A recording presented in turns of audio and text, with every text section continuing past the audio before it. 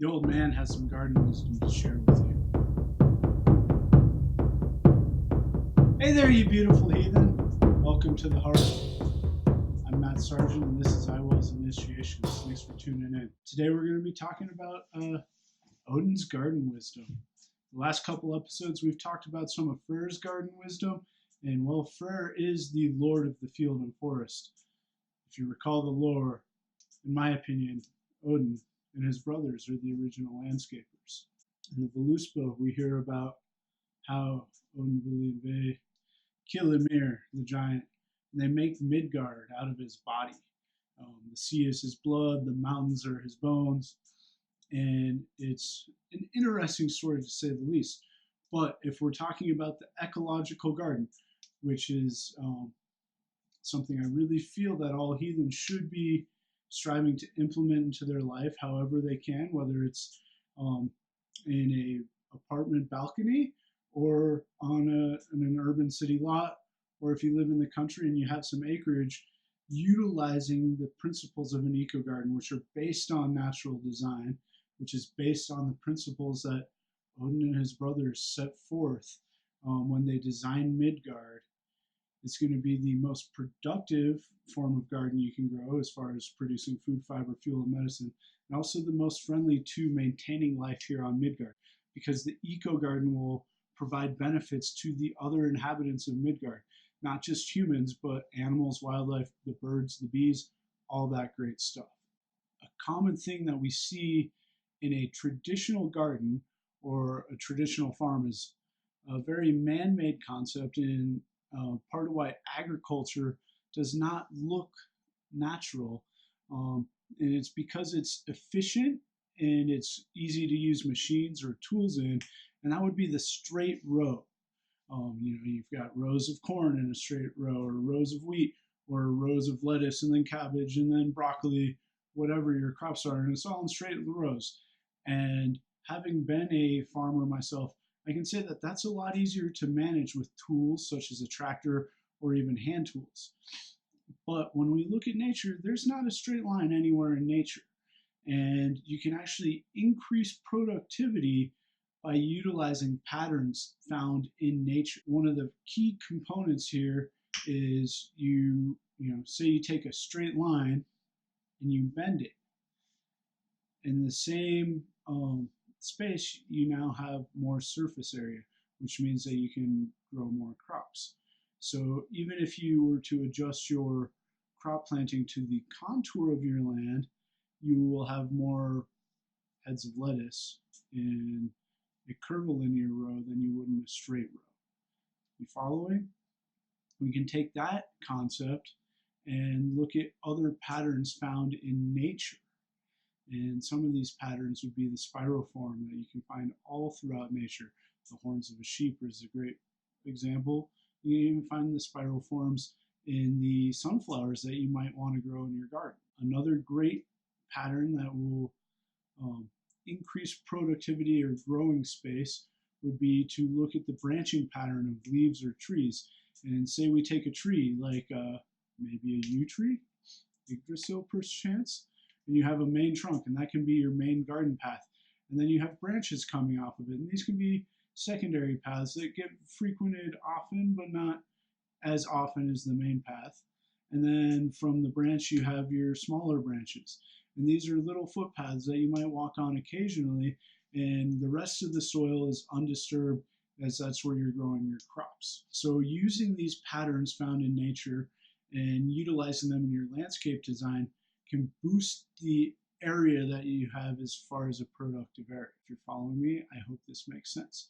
But then you can take this example, and instead of just using it for low growing crops, you can start thinking about your garden in layers. And that's what the eco garden is all about.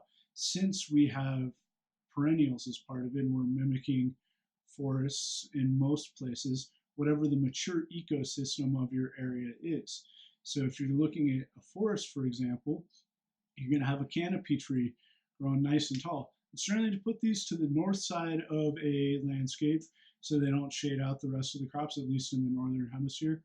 For those of you in the southern hemisphere, you're going to want to flip that.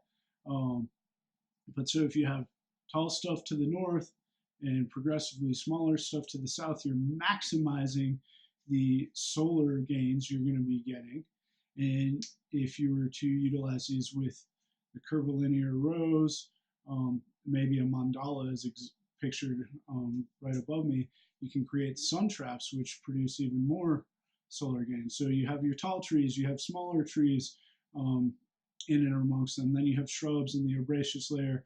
All of these can be found in the full layer system, can be found in this video right here. So utilizing these patterns that can be found in nature that were established by Odin Vili and VE when they created Midgard is a great way to increase productivity in your garden. Another way to utilize knowledge of Odin or some of his attributes or pay homage to his attributes is to embrace the chaotic nature of Odin. There is a lot out there that can say that as an Aesir, he's all about order. But when you look at his deeds and his journeys and what the old man really does in his day-to-day activities, he's a pretty chaotic guy. I think we can all agree on this. What do you think? Is Odin more an example of chaos or order?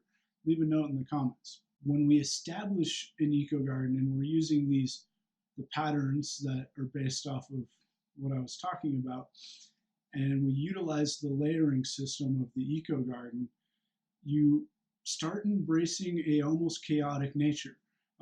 It's a maintained order to a certain extent, but it becomes wild and therefore kind of chaotic.